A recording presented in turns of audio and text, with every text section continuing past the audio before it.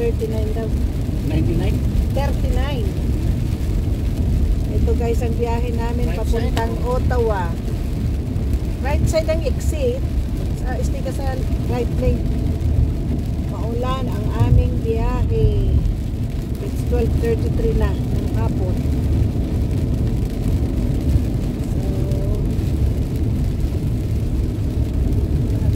Na maulan, ayan, makulimlim, madilim. Laylo lang kami. Ayan, ang mga lolo't lola.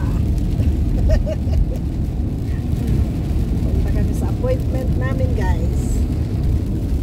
Balik tayo sa kalsada. At least may driver ako ngayon. Kaya lang wala akong stand. Hawak-hawak ko lang ang camera. Yun.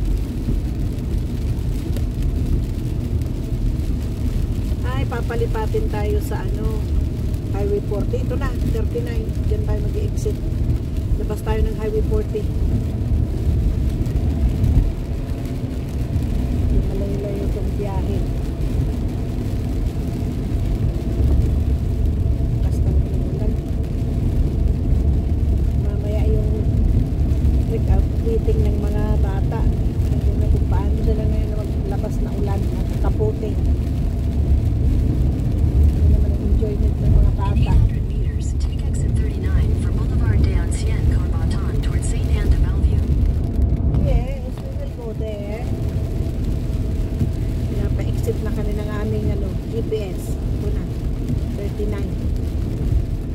Exit 39. Palipatin tayo sa Highway 40. Take exit Ito 39. na. Yes, exit na kami.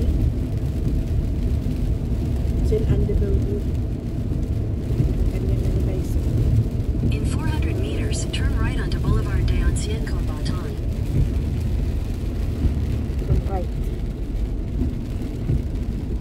Baba. Turn right. Pag mo itong tingnan, hindi yan nagpa-function. Itong cellphone ko ang nakaano. At the light, turn right onto Boulevard des Anciens Combattants. Yes.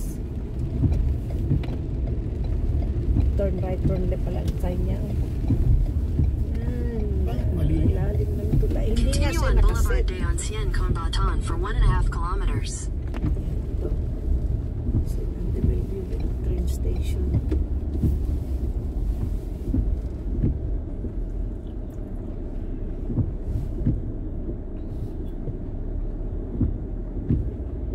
Dito tayo dito? Diretso, hindi kasi namin mag-right. Diretso.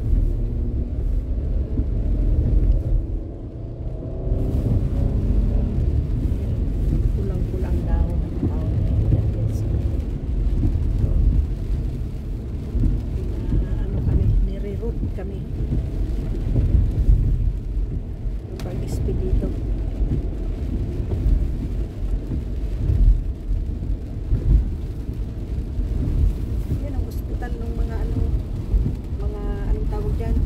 Sundalo. Yan ang hospital ng mga sundalo pala guys. Mga veterans. Yan ang veterans hospital dito sa Quebec. Yan. Yung building na yan dyan. Yan ang veterans hospital.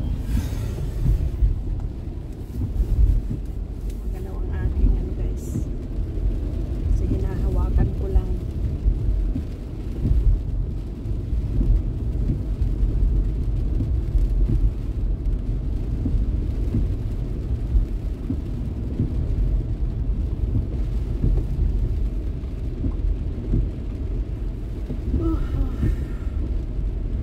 Diretso tayo.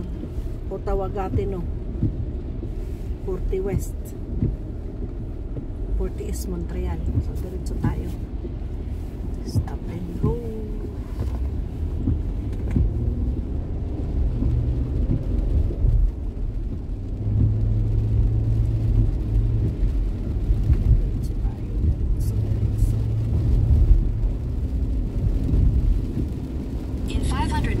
Use the right lane to take the Auto Route 40 West ramp to Ottawa, Gatineau. Right lane. Dito na tayo sa ng highway. Yan, nasa baba yung highway. Sa taas tayo.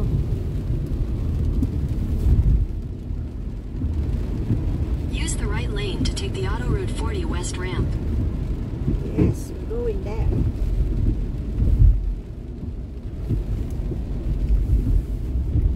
Continue on Auto Route 40 West for 9 kilometers. 9 kilometers bago mag-exit tayo. Sintan de Bellevue pa rin to eh. There's construction ahead. Construction na to. Never ending construction. Yan. Ay, tatawid pa pala tayo sa tulay. Dito nakatawid pa.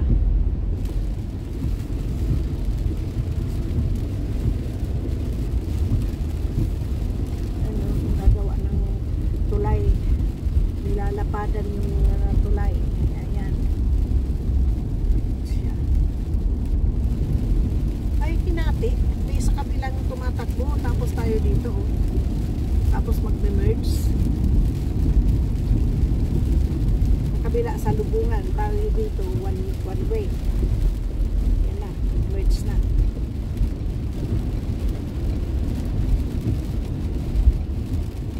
So, dito na takbo dito.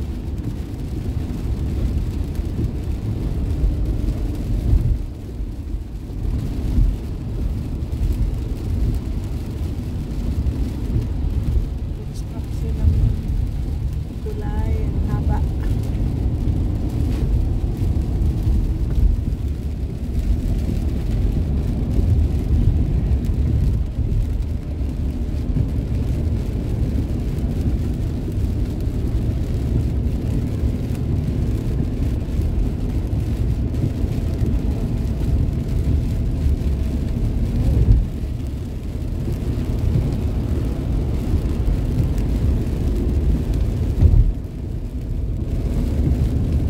Haba ng ano dito. No construct ng tulay. Yan yung ano nila. Ay, itong kabila. Tren. Yan o. Tren ang gagawin yata yan hanggang Hudson. Ito. Lake yan sa baba dito guys. Mahaba pa kulay. Hindi yan. Sa Hudson. Ha? Hudson. Tuloy yung ano pala, no? Ginagawa nilang Kaya isasabay na rin nila at the same time sa pag ano ng tulay. Tulad ng siyempre noon, di ba? Kaya ganun din ang gagawin nila. Oh. Traffic. Ito naman, oh, ready na to sa winter. Oh. Skido.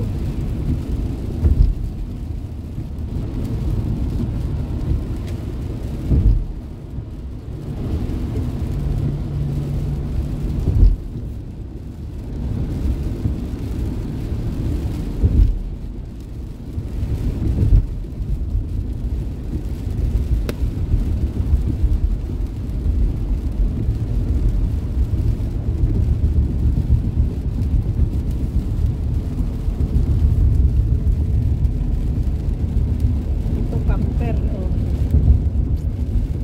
Babiyahe na. At the same time, hindi na mag-hotel. Kasi may tulugan na siya sa loob.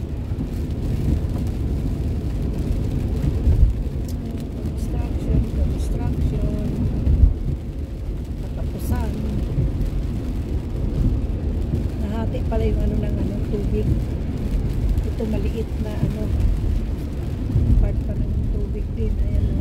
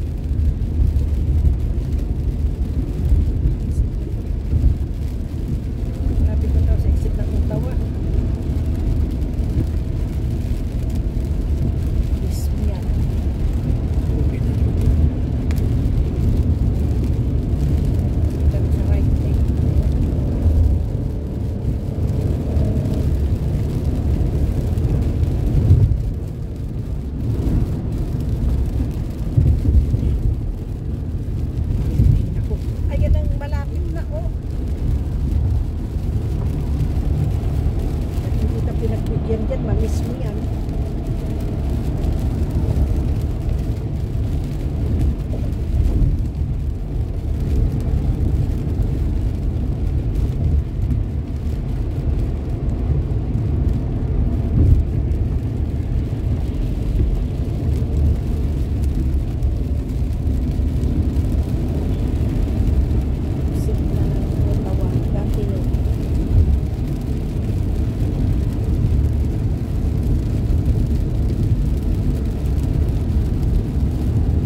In 800 meters, keep right to continue on Trans Canada Highway, Auto Route 40 West.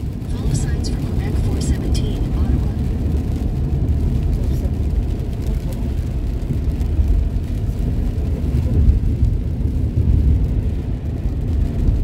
Ayan. Ka-exit na kami ng exit for Ottawa. Keep right to continue on Trans Canada Highway. Trans Canada Highway pala to. Tawag dito. Continue for 150 kilometers. 150 kilometers.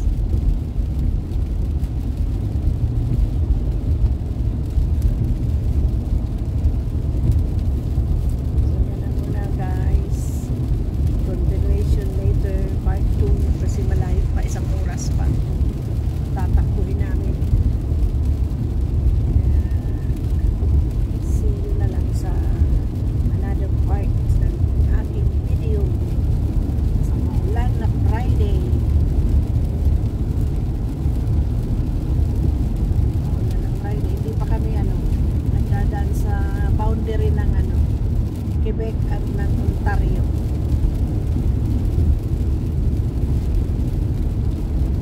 Sana makaikot kami mamaya doon sa may Parliament. 152 pa. 150 kilometers, 152, ilang oras pa yan? 1 hour and a half? 152. 1 hour and a half? Kung 100 ang napulo. Kung 20, less. Di ba pwede tayo magkaskas dito? Di ba 110 ang allowed, di 130? Okay. So, see you in our next video guys. Part 2. Hindi pa kami kalahati yan. Thanks for watching.